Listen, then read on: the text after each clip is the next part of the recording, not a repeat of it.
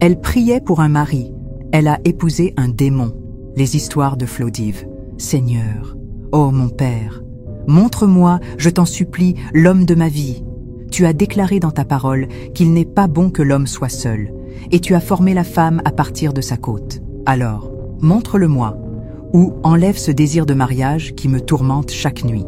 La voix de Nadia déchira le silence matinal.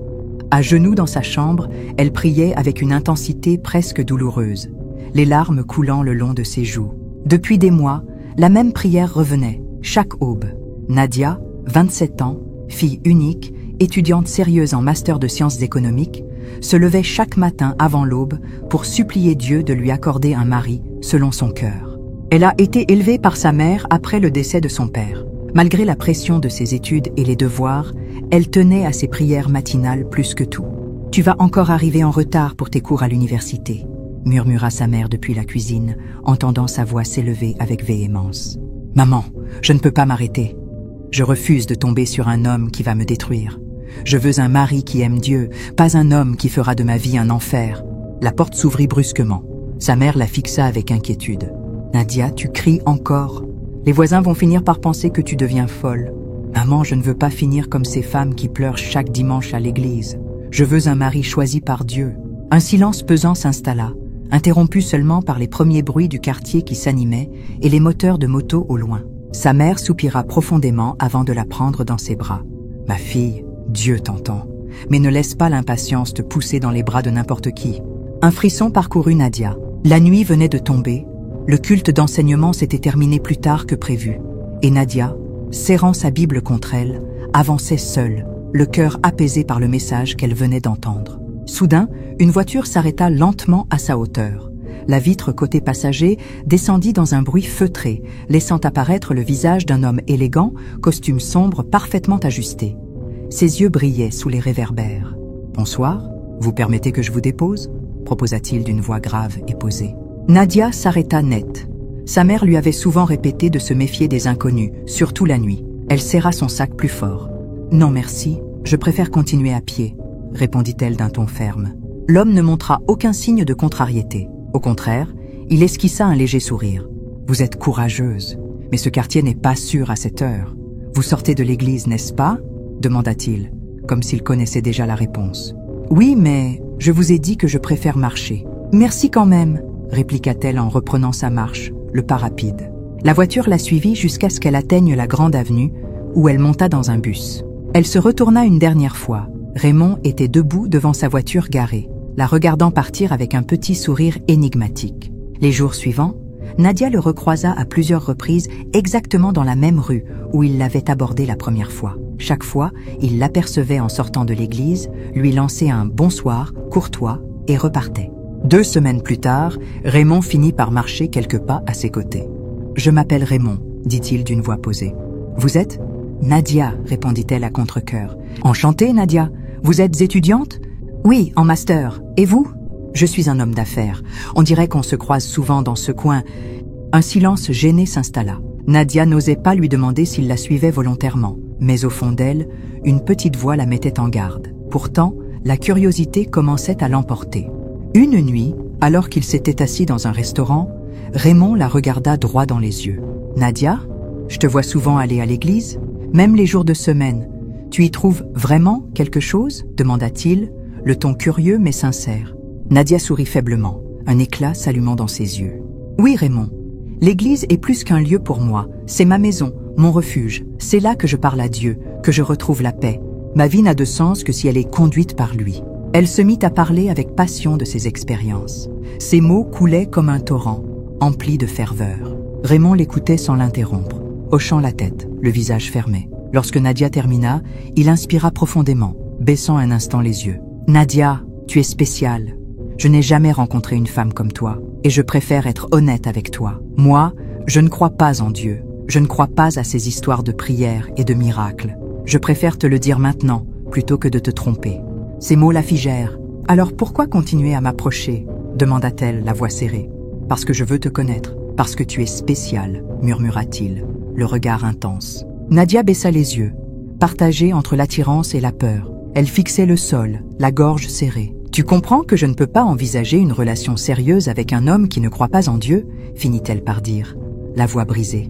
Raymond resta un moment silencieux, la regardant. Puis il soupira profondément. Alors dis-moi quoi faire, Nadia. Dis-moi comment te prouver que je peux partager ta foi, dit-il d'une voix douce mais ferme. Elle releva lentement la tête, surprise et confuse.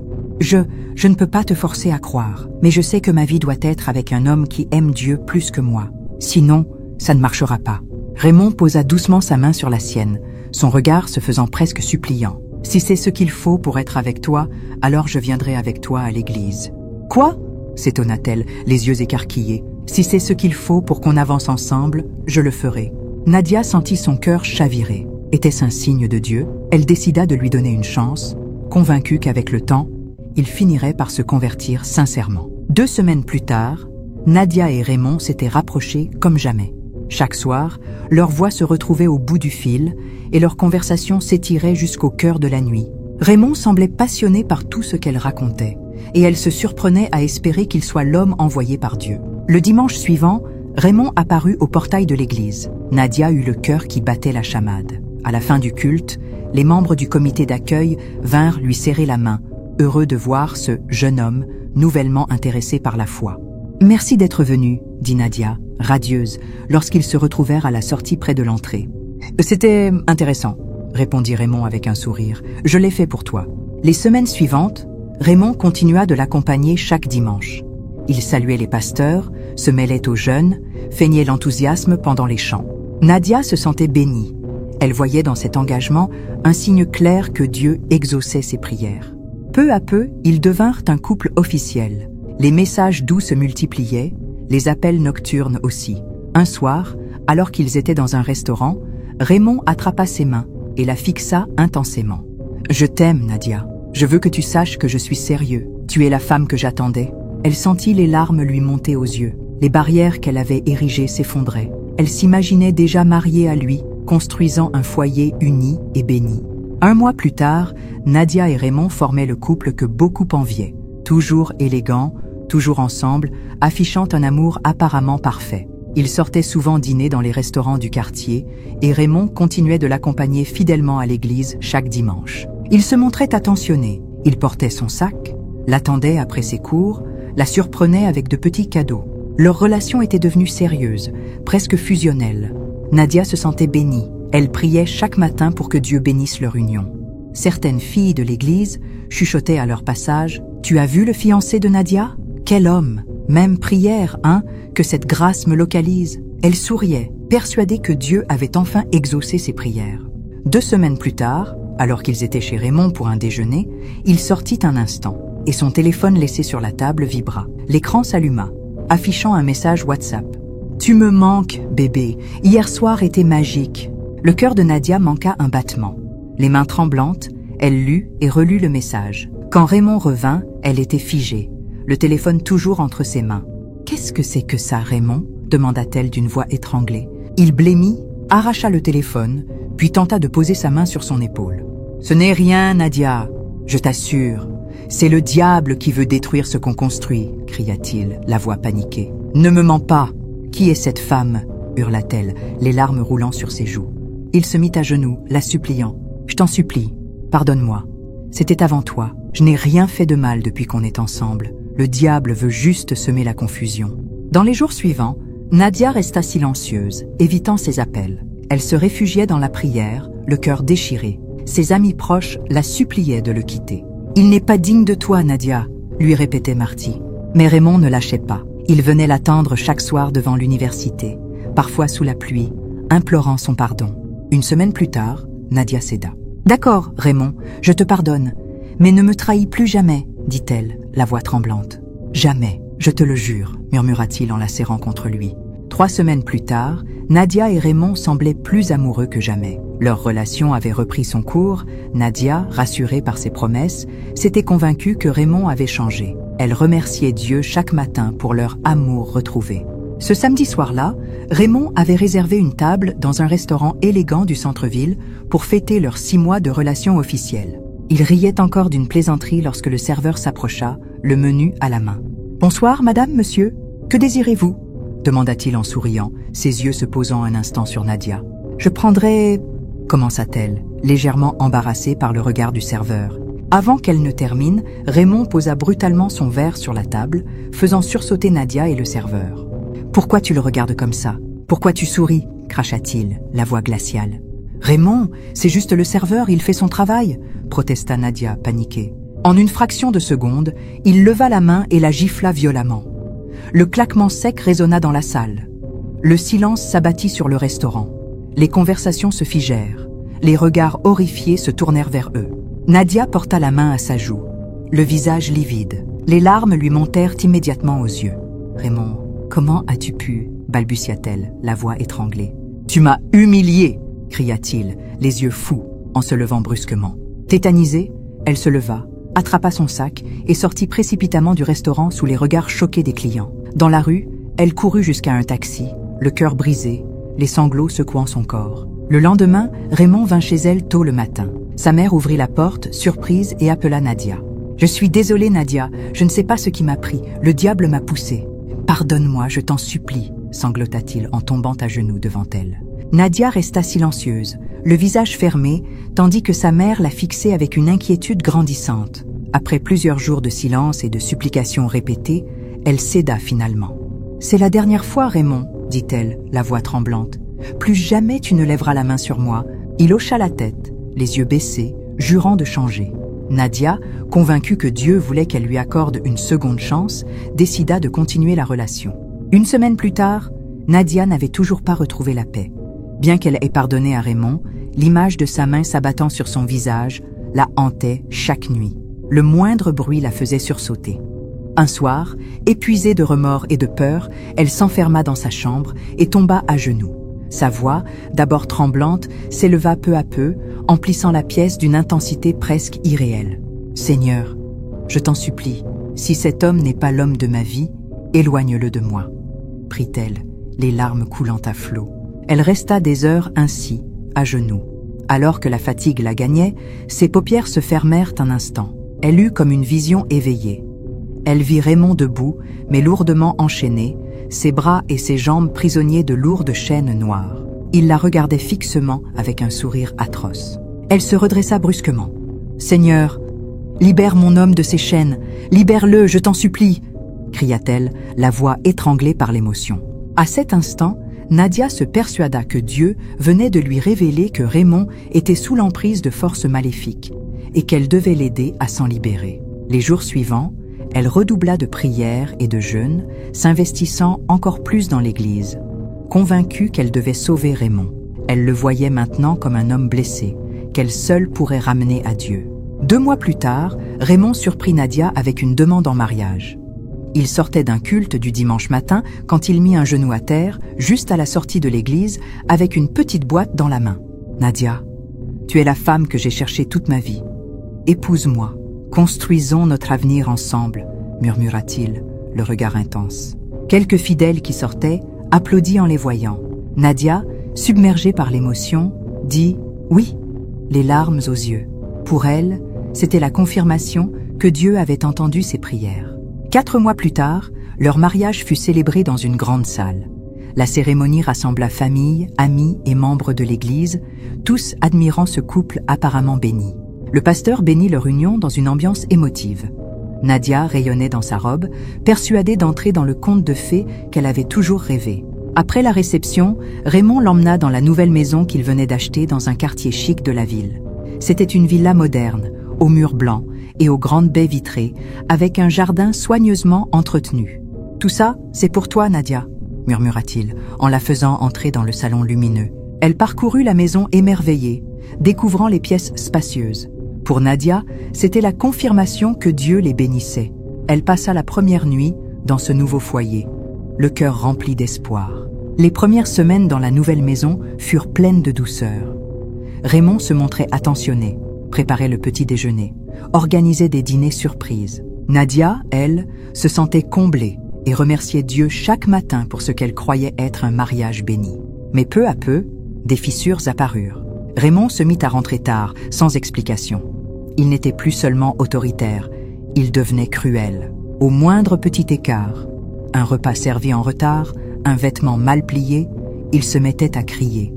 ses mots tranchants comme des lames. « Tu es incapable de faire quoi que ce soit correctement !» lançait-il, la voix emplie de mépris. « Je suis désolée, Raymond !» balbutiait-elle, la tête baissée, la voix tremblante. Il se mit à la rabaisser quotidiennement, critiquant sa façon de s'habiller, de parler, de rire. Dans les moments de tension, il lui arrivait de la frapper correctement. Nadia cachait ses blessures derrière des manches longues ou des foulards, prétextant des maladresses domestiques lorsqu'on lui posait des questions. Un soir, alors qu'elle rentrait d'une réunion de prière qu'elle avait rejointe discrètement, il l'attendait dans le salon, les bras croisés. « Tu étais où ?» demanda-t-il d'une voix glaciale. « À l'église ?» répondit-elle, la voix hésitante. « Je t'ai déjà dit que je ne voulais pas que tu continues à perdre ton temps là-bas, » lâcha-t-il durement. Elle tenta de lui expliquer qu'elle avait besoin de ces moments pour se ressourcer, mais il l'interrompit d'un ton tranchant. « À partir de maintenant, tu n'y retourneras plus sans ma permission. » Nadia sentit un frisson glacé. La peur s'installa dans son cœur. Les jours suivants, Raymond devint de plus en plus contrôlant. Il surveillait ses allées et venues, vérifiait ses messages et la décourageait de voir ses amis ou sa famille. Quelquefois, quand elle essayait de protester, il changeait brusquement de ton, la rassurant avec des mots doux. « Je fais ça parce que je t'aime, Nadia. Tu es ma femme. Je veux juste te protéger, » disait-il en la prenant dans ses bras. Elle s'accrochait à ces moments de tendresse, espérant qu'ils effaceraient ses peurs. Mais elle se renferma peu à peu, coupant presque tout contact avec ses amis. Même sa mère, qui remarquait ses silences prolongés, ne recevait plus de visites. Nadia se répétait sans cesse que le mariage était un engagement pour la vie, qu'elle devait supporter ses souffrances, car le mariage est pour le meilleur et pour le pire.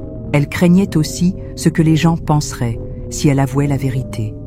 Elle venait à peine de se marier, et quitter son mari si tôt serait pour beaucoup un signe d'échec, un sujet de moquerie.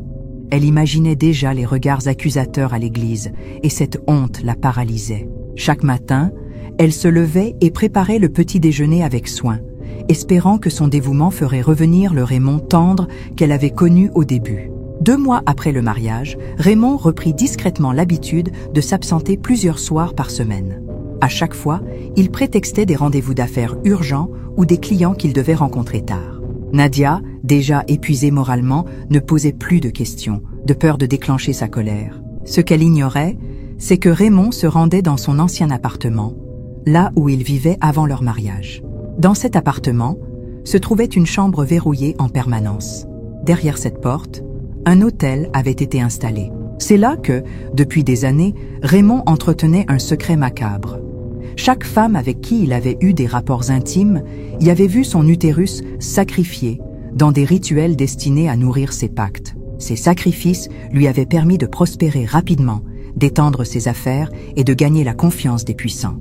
3 mois après le mariage, un soir, il se rendit dans un lieu pour une réunion exceptionnelle avec les membres de sa secte. Le gourou prit la parole. « Raymond, je t'avais dit de prendre une femme au cœur pur. Tu as obéi. Cette femme t'a apporté ce que tu n'aurais jamais pu atteindre seul. Son utérus ne sera pas scellé comme ceux des autres, car c'est plutôt son esprit qui est lié à ta fortune. Tant qu'elle vivra, chaque fois que tu l'appelleras, elle te produira de l'argent.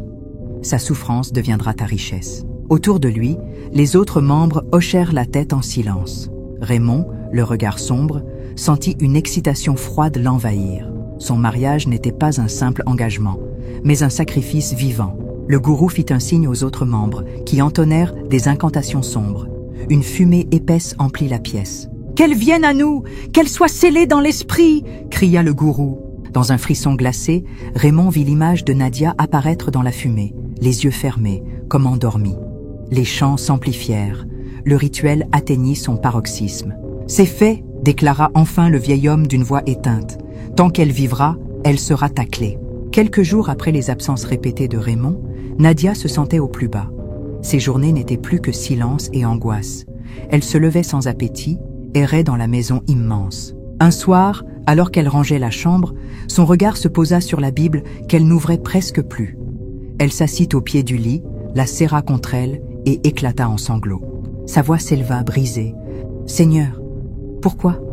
Pourquoi m'as-tu abandonnée? Pourquoi m'as-tu laissé épouser cet homme ?»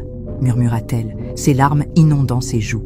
Elle resta longtemps ainsi, seule dans la pénombre, à ressasser chaque détail depuis leur rencontre. Elle se souvenait de la première fois qu'il l'avait frappée au restaurant, du message d'une autre femme qu'elle avait découvert, de la façon dont il avait su la manipuler avec ses mots doux. Elle se souvenait surtout de la vision où elle l'avait vu enchaîné, qu'elle avait interprété comme un signe qu'elle devait le sauver. Cette nuit-là, la vérité lui apparut dans toute sa cruauté. Elle avait ignoré tous les avertissements. Elle avait confondu l'amour avec un piège. Elle avait cru pouvoir le changer, alors qu'il la détruisait peu à peu. « Mon Dieu, qu'ai-je fait ?» sanglota-t-elle, la voix cassée, la tête dans les mains. Elle se promit pourtant, dans un souffle, qu'elle devait trouver un moyen de s'en sortir, même si elle ignorait encore comment. La nuit, suivant sa prière désespérée, Nadia remarqua que Raymond s'habillait à la hâte, l'air agité. Il évitait son regard, prit ses clés et sortit sans un mot. Une intuition irrépressible poussa Nadia à le suivre. Elle sortit quelques minutes après lui et stoppa une moto-taxi pour le suivre discrètement à distance. Elle le vit s'éloigner du quartier, puis s'arrêter devant son ancien immeuble. Il entra rapidement, jetant un coup d'œil nerveux autour de lui. Nadia attendit quelques minutes avant de descendre de la moto. Elle gravit lentement les escaliers et poussa la porte entr'ouverte de l'appartement. À l'intérieur, un silence pesant régnait. La lumière d'une bougie filtrait sous une porte. Nadia s'approcha et, retenant son souffle, devant la porte légèrement entr'ouvrie. Ce qu'elle vit la glaça. Raymond était agenouillé devant un autel.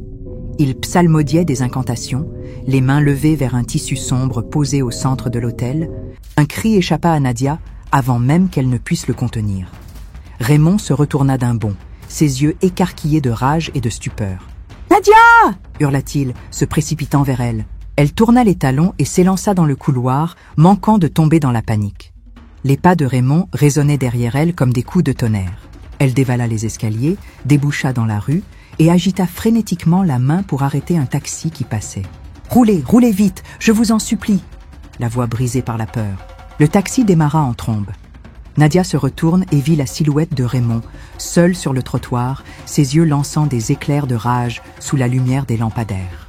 Elle savait désormais la vérité. L'homme qu'elle avait épousé n'était pas seulement violent, il était un ritualiste dangereux.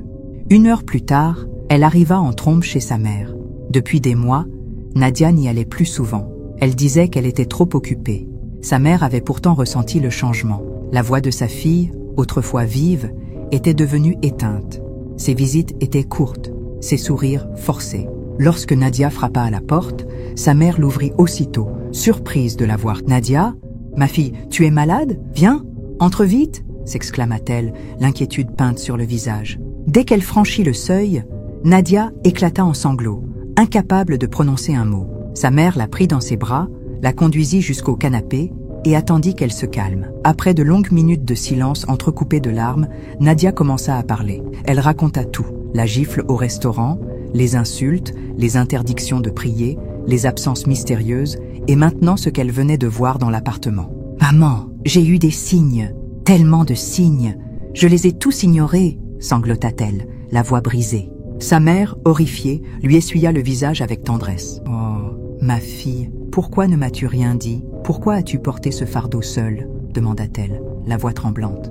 Nadia secoua la tête, incapable de répondre. Elle craignait de décevoir, de détruire l'image de mariage parfait qu'elle avait voulu construire. Sa mère la serra contre elle, plus déterminée que jamais. « Tu ne retourneras pas là-bas, Nadia. Tu es ma fille. Je vais te protéger, promit-elle, la voix ferme, comme une épée. Pour la première fois depuis des mois, Nadia sentit un poids s'alléger sur sa poitrine. Elle n'était plus seule. Cette nuit même, après avoir entendu toute l'histoire, la mère de Nadia prit son téléphone et appela le pasteur principal de leur église. Sa voix tremblait à peine, mais sa détermination était palpable. « Pasteur, c'est la mère de Nadia. Ma fille est en danger. Je vous en supplie, aidez-nous, » murmura-t-elle, jetant des coups d'œil inquiets vers la porte. Le pasteur, abasourdi par le récit, promit de venir dès le lendemain avec 2 diacres de confiance. Ensemble, ils élaborèrent un plan. Nadia devait rester cachée chez sa mère le temps de trouver un refuge plus sûr. Le pasteur proposa de la loger temporairement dans la maison d'une fidèle installée dans une autre ville, loin du quartier où Raymond pourrait la chercher. Le lendemain, le pasteur et les 2 diacres arrivèrent chez la mère de Nadia. Dans le salon, ils prièrent tous ensemble, élevant la voix pour supplier Dieu de protéger Nadia. La mère, les mains levées, implorait « Seigneur, mets ta main sur ma fille, brise le joug qui l'enchaîne. » Pendant ce temps, Raymond, qui n'avait pas eu de nouvelles de Nadia depuis sa fuite, commençait à s'agiter. Il appelait frénétiquement, envoyait des messages de plus en plus menaçants. « Rentre immédiatement, ou tu le regretteras. Où que tu sois, je finirai par te retrouver. » Ces messages glaçaient Nadia. Elle éteignit son téléphone sur les conseils du pasteur. Le soir même, avec sa mère, elles décidèrent qu'il était trop risqué de rester en ville plus longtemps. À l'aube, un véhicule passa récupérer Nadia et sa mère. Le pasteur lui tendit la main, la regardant droit dans les yeux. « C'est le moment, ma fille. Dieu ne t'a pas abandonnée. Tu vas sortir de cet enfer. » Ils quittèrent la maison dans le silence. Le lendemain après-midi, alors que Nadia se cachait chez un membre de l'église avec sa mère, Raymond, fou de rage, décida de se rendre directement chez la mère de Nadia. Dans sa tête, il était persuadé qu'elle n'avait nulle part ailleurs où aller. Il arriva en trombe dans la cour de la maison, le regard fou. Il frappa violemment à la porte, encore et encore. « Ouvre, Nadia! Je sais que tu es là !» hurla-t-il, la voix déformée par la colère. Il tourna la poignée, tambourina de plus belle, mais aucun bruit ne venait de l'intérieur. Le voisinage, silencieux, observait la scène derrière des rideaux entr'ouverts, terrifié par l'expression de son visage. Après plusieurs minutes de cris et d'insultes, Raymond se rendit à l'évidence. La maison était vide. Son cœur battait si fort qu'il en avait mal à la poitrine. Il jeta un regard circulaire autour de lui, comme un animal traqué, avant de repartir précipitamment, le visage encore plus sombre. Il comprit qu'elle s'était échappée, mais il n'avait pas dit son dernier mot. Cette même nuit, Raymond, fou de rage, se rendit dans son appartement secret. Le visage fermé, il franchit le couloir jusqu'à la pièce de l'hôtel. Il alluma une série de bougies, sortit une robe de Nadia et commença son rituel. « Esprit, ramenez-la, qu'elle se torde de douleur jusqu'à revenir, qu'elle ne trouve ni repos ni refuge !» cria-t-il, la voix déformée par la haine. Les flammes des bougies vacillèrent brutalement, comme frappées par un vent invisible. Un grondement sourd sembla monter du sol. Raymond, surpris, hésita un instant, mais poursuivit ses incantations avec plus de fureur. Pendant ce temps, dans la maison où Nadia et sa mère s'étaient réfugiées, le pasteur et un petit groupe de fidèles s'étaient mis à prier à haute voix. Les chants de supplication résonnaient sous le toit en tôle. Nadia, épuisée mais déterminée, se joignit à eux, les larmes roulant sur ses joues. « Seigneur, libère-moi !» brisa-t-elle le silence, sa voix portant une force nouvelle. À ce même moment, dans la pièce de l'hôtel, une bougie explosa brusquement, projetant des gouttes de cire brûlante sur le visage de Raymond. Il recula, frappé de panique, perdit l'équilibre et heurta la table remplie de fioles, de bougies et d'objets rituels. Un feu se déclencha instantanément, léchant les rideaux sombres. La fumée envahit la pièce, alors que les flammes se propageaient rapidement.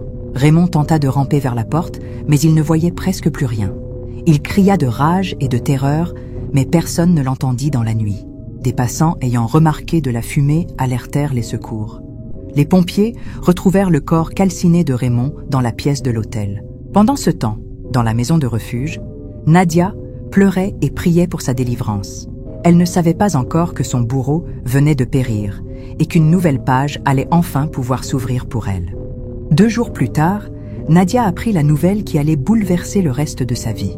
Raymond était mort dans l'incendie de son appartement, prisonnier de la pièce où il accomplissait ses rituels. À l'annonce de sa mort, elle resta figée. Elle sentit un étrange mélange de soulagement, de tristesse et de peur.